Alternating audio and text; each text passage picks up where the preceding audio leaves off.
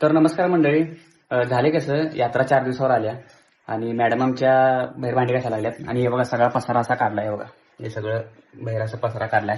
आणि झाली काय एक विशिष्ट गोष्ट की माझ्यासमोर असं काहीतरी आलं ना की एकदम मी मागच्या काळात गेलो.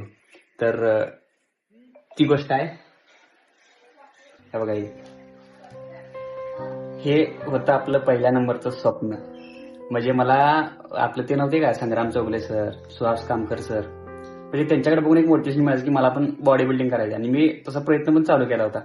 पण झालं कसं, जबाबदारी जेव्हा अंगावर पडत गेली आणि ते स्वप्न संपत गेलं.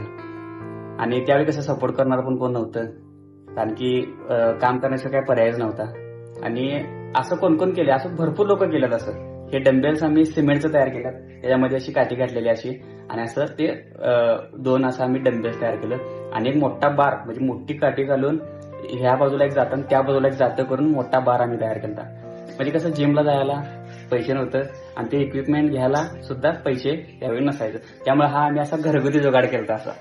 आणि ते लय दिवसात अडगणीत पडलेलं ते आज पसारा सगळा काढलाय, ते आज सगळं समोर आलं.